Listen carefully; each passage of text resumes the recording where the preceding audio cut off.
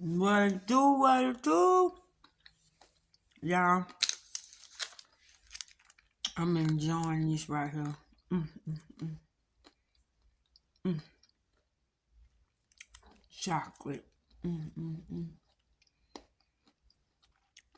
Is this manna? It's chocolate and almonds manna. Because, man, that is so good. Like the best combination. But, guys, I want to talk about something else before I leave y'all alone.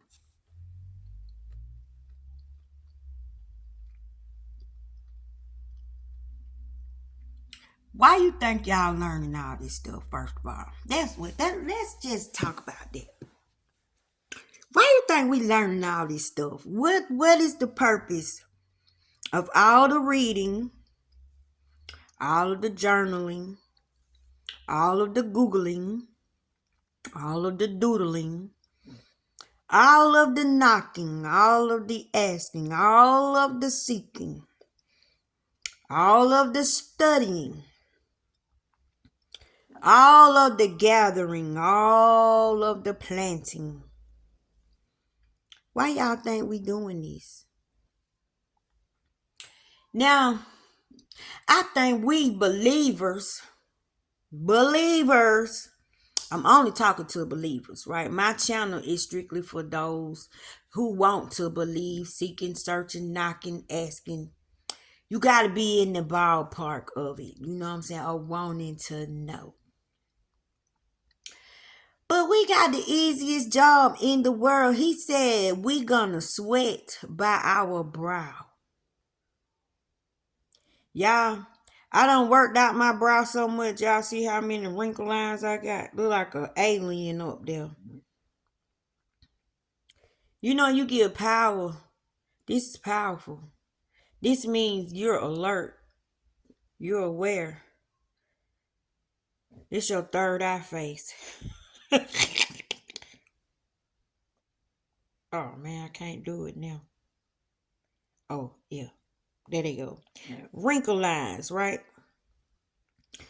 You ain't got a whole lot of wrinkle lines. You don't do a lot of thinking, right? You one of them people that take stuff like it is and you keep on pushing. See, you got to learn how to be grateful even for things that you consider imperfections. Y'all going to get shots in them and everything, making them go away. If God want to smooth these things out, why don't you just tell them to smooth out?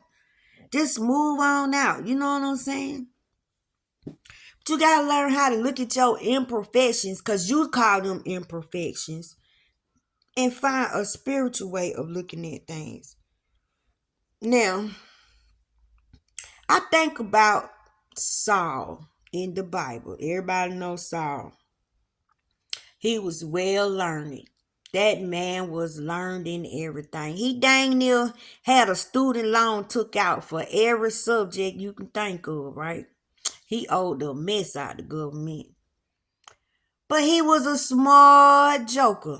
And instead of using his knowledge, like getting to know his knowledge, he was just being the knowledge. He was just like, you know what I'm saying? He ain't even want to get to know the knowledge that he gathered intimately.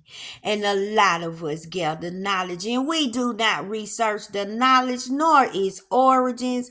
Long as it sound good, we good. We straight. You know what I'm saying? We good. So we gather knowledge. So much knowledge to the point where we think we know. Then we get a God complex. Then we start trying to perform the duties that we think God would like us to do. Like he need us to do that. You know what I'm saying? How do we just our thinking. But Saul was well learned in everything, and he was going around persecuting and killing people that believe, people that love the Lord. He said no, until one day he was walking down this road And this bright light came and took something from him, which was his sight. See, he was looking at things in his way, in his own understanding. So God took his sight. Can you imagine going around beating up people and hurting people for loving God the way they love God and not loving God the way you love Him? You know how selfish that is. They ain't praising Him exactly how you are, so they should just die. They don't got a right to live. How dare them not serve the Lord the way I do? Can you imagine God coming down, straightening you, and taking your eyesight from you? And all you got is your hearing? Then all of a sudden you hear a voice say, Saul! And you like, who that is? Who that is? Who that is? It's me. The one you going around persecuting people for. And all you can do is hear. You can't see what's talking to you. So you stuck with your hearing and you stuck with your feelings. You stuck with your emotions and you stuck with them vibrations. You stuck with that frequency coming at you. And then you gotta say, it's me. It's me. Because he gonna call you by name, you old persecutor. You old blasphemer. He gonna call you by name. And you gotta say, you gotta respond when he call your name. Then when he say, you know who I am. You gonna know. You ain't even gotta guess, because if he's talking to you, he ain't talking to your flesh, boo. He talking to that thing that's driving you. He talking to that thing that's making you walk around here and do some hellacious stuff, thinking you know everything and beating everybody up because they don't know and believe like you do. I wouldn't want to be up in that right there. Then you gonna run and he gonna send you to this city blind, stuck with your hearing and all them feelings, emotions and vibrations and frequency, and you in a strange land, and you end up at Judas' house. And we all know who Judas is of all people. You go to Judas' house. Y'all ain't hearing this in the spiritual realm. Then you be blind for a few days. Then in order to get your sight back, he tell you, you gonna preach the word. You gonna do my bidding. You gonna change your mind. You gonna go tell the people who I am. You gonna go tell people about this encounter. And everybody know you for what you do, and they praise you for what you do because they think like you.